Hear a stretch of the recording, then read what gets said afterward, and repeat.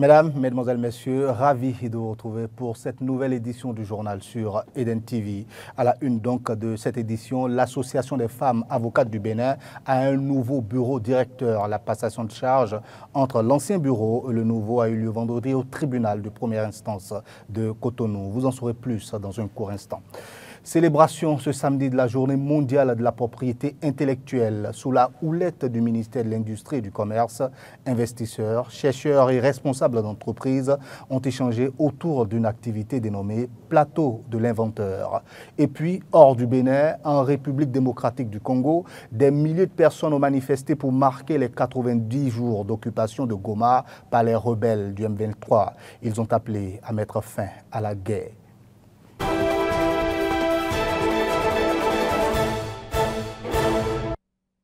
Madame, Monsieur, à nouveau bonsoir. Merci de nous rester fidèles et merci infiniment de nous préférer pour vous informer.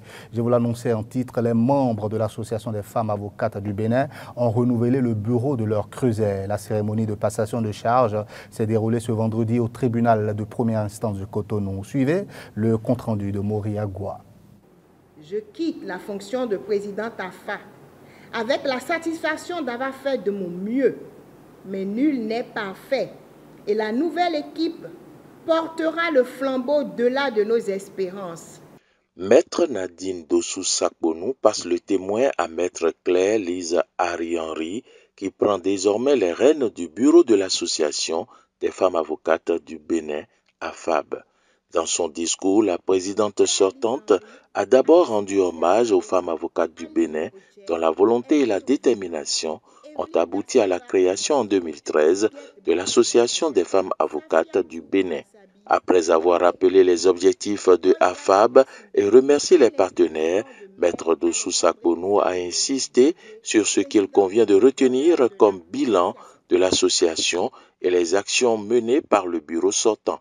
Pour les infractions courantes, AFA a recensé 2382 cas de viol, 998 cas de privation de soins et d'aliments, 2256 cas d'atteinte sexuelle, 609 cas de mariage forcé, 883 cas de séquestration et de grossesse précoce, 1006 cas d'agression sexuelle, 7991 parents ou tuteurs reçus en consultation, dont 7711 femmes et 820 hommes.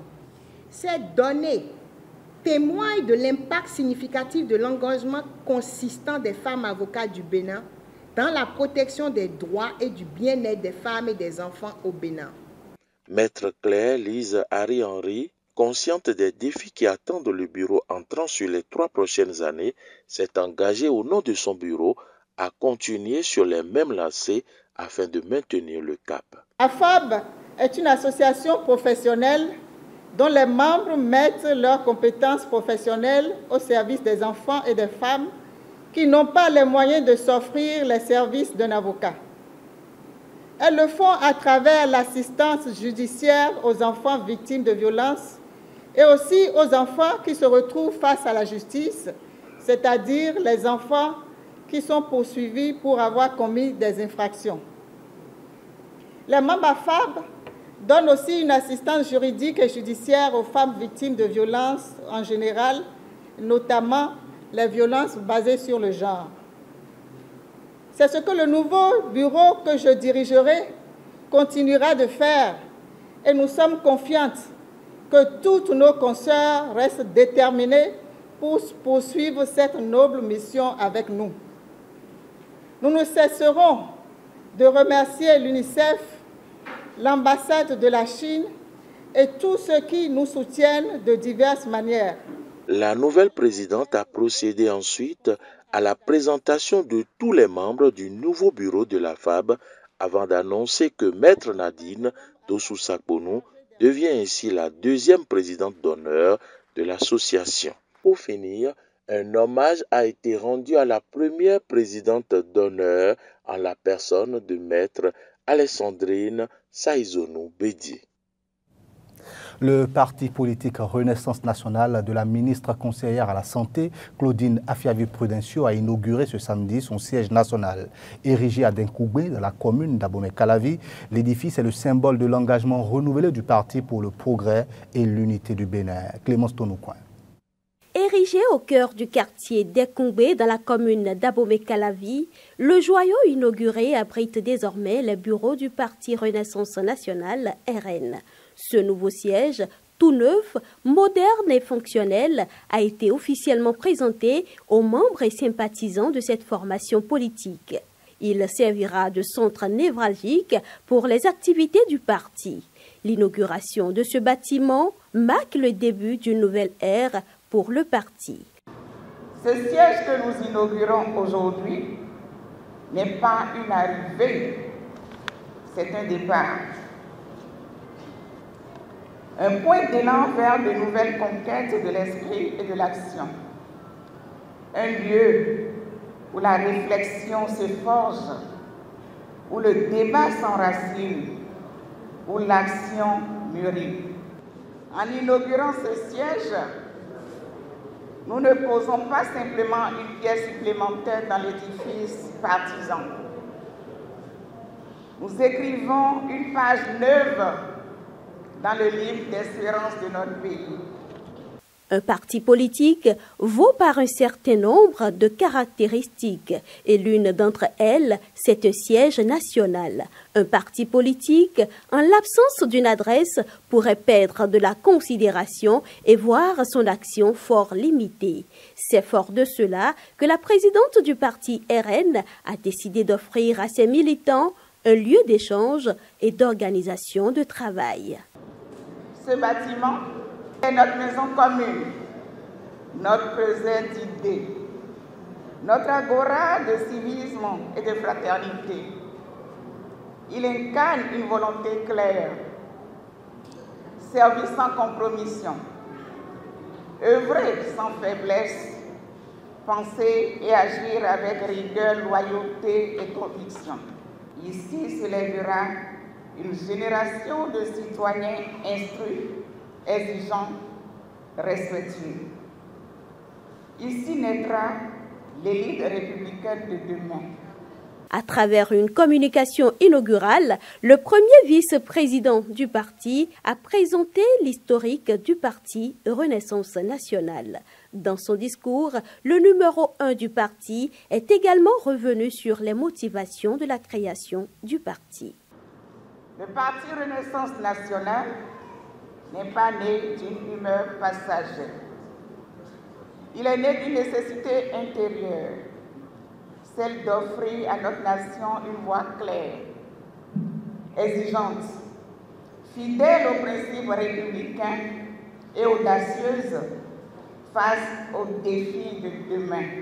La cérémonie a été ponctuée par plusieurs prestations artistiques, rendant ainsi ce moment festif et convivial.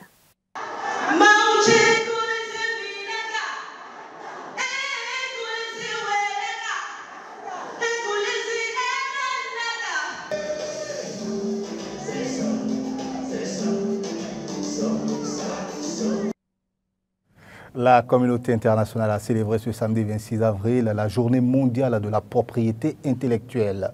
Pour marquer cette journée, le ministère de l'Industrie et du Commerce a organisé à Cotonou une activité dénommée Plateau de l'inventeur. C'était le vendredi et ce fut une rencontre d'échange entre investisseurs, chercheurs et responsables d'entreprises. Reportage. Instituée depuis 2001 par l'Organisation mondiale de la propriété intellectuelle, la Journée mondiale de la propriété intellectuelle vise à mettre en exergue le rôle que jouent les droits de propriété intellectuelle tels que les brevets, les marques, les dessins et modèles industriels, puis les droits d'auteur pour encourager l'innovation et la créativité. Pour marquer l'édition 2025 de cette journée, le ministère de l'Industrie et du Commerce a organisé une activité dénommée Plateau de l'inventeur. La célébration de cette journée a pour objectif de sensibiliser le public au rôle de la propriété intellectuelle dans l'innovation et la créativité. L'organisation de ce plateau permettra de faire connaître le génie béninois et de le célébrer en tout temps. La Journée mondiale de la propriété intellectuelle offre une occasion unique de reconnaître et récompenser l'activité des inventeurs de sorte que la société puisse tirer parti de leur créativité et de leur ingéniosité. C'est pourquoi le responsable de la structure nationale de liaison avec l'OAPI leur a adressé un message d'encouragement. Chers inventeurs, le peuple béninois vous félicite pour vos efforts de chaque jour. Grâce à vous, le Bénin est présent aux rencontres régionales et internationales en matière de propriété intellectuelle. Votre mérite est reconnu aux salons internationaux où les meilleures distinctions sont revenues à vos inventions. Que dis-je aux inventions du Bénin? Ce plateau est le vôtre. Vous allez informer sur vos diverses créations afin de vous faire connaître et d'amener les concitoyens à s'intéresser davantage à vos produits. Grâce aux droits de propriété intellectuelle, chercheurs, inventeurs, entreprises, créateurs, artistes et autres peuvent protéger juridiquement leurs produits innovants et créatifs et en tirer un avantage économique. Les participants au plateau de l'inventeur en sont conscients et remercient le gouvernement pour les dispositions mises en place pour leur faciliter la tâche dans ce processus. C'est pour exhorter les jeunes inventeurs, innovateurs à chercher à breveter leurs produits parce que c'est une richesse. Et c'est une richesse non seulement pour celui qui a inventé, mais pour son pays. Avoir un brevet, c'est encourager les autres aussi à en avoir. Moi, j'en ai eu. Par le passé, c'est dans ce même circuit qu'il y avait des gens qui complotaient pour retenir les dossiers qui vont à l'OAPI. Et je crois qu'aujourd'hui, c'est fini avec cette situation au Bénin. Pour cette année, l'Organisation mondiale de la propriété intellectuelle a choisi le thème « Propriété intellectuelle et musique ». Ressentez le rythme de la propriété intellectuelle. Les vétérinaires étaient également en honneur ce samedi 26 avril. La journée mondiale des vétérinaires célébrée hier donc permet de mettre en lumière les exigences de ce métier encore peu connu du grand public. Le thème retenu pour la célébration cette année est « La santé animale nécessite une équipe ». Arthur Wendo pour plus de précisions.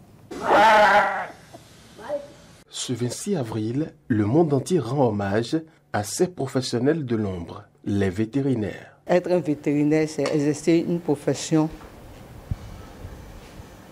de médecine des animaux. Cette année, le thème met l'accent sur le travail d'équipe. La santé animale nécessite une équipe. Nécessite une équipe, c'est que le médecin seul ne peut pas faire le travail.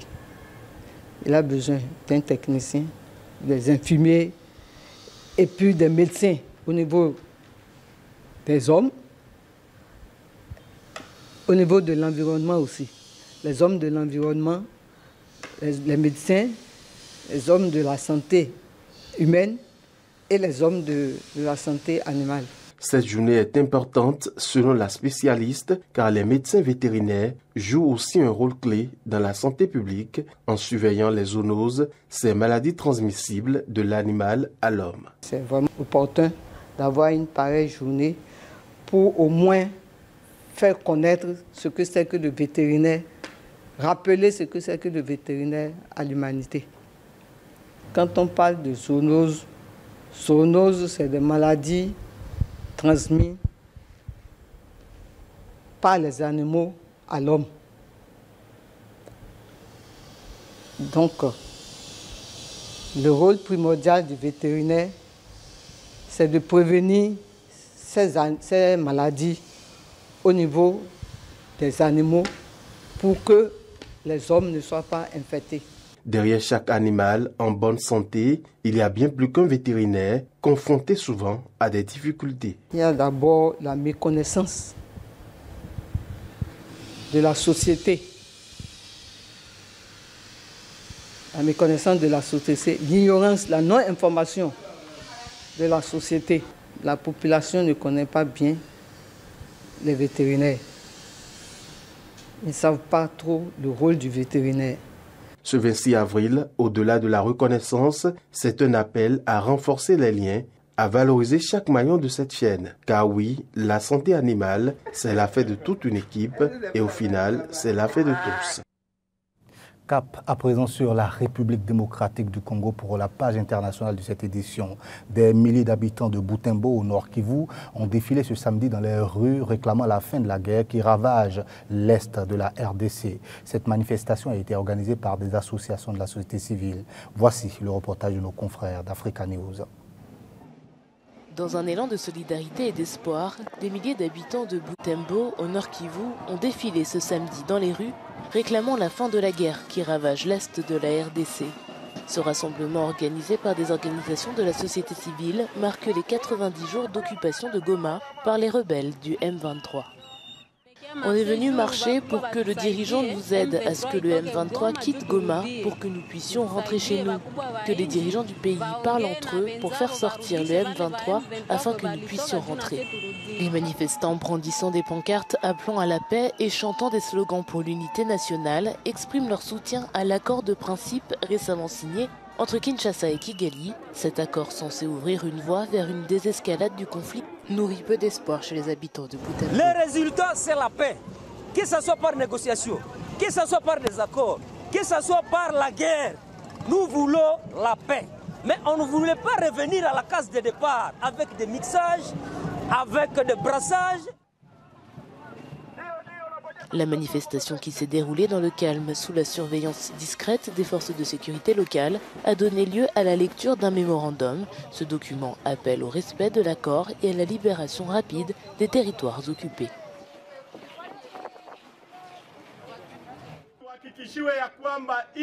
Nous voulons être rassurés que le pays restera un. Il n'y a personne qui pourra diviser le pays. Luttons tous pour l'unité nationale. Luttons tous pour le patriotisme. La mobilisation à Butembo traduit une exigence claire, la fin immédiate des hostilités, la libération des territoires occupés et le retour des déplacés dans leurs foyers. La population du Nord Kivu, épuisée par la guerre, réclame la paix et un retour à la vie normale.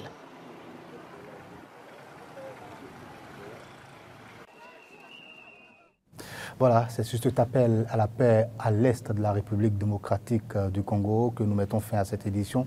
Merci infiniment de nous avoir suivis. Bonne suite des programmes sur Eden TV. Le bonheur d'être à vous.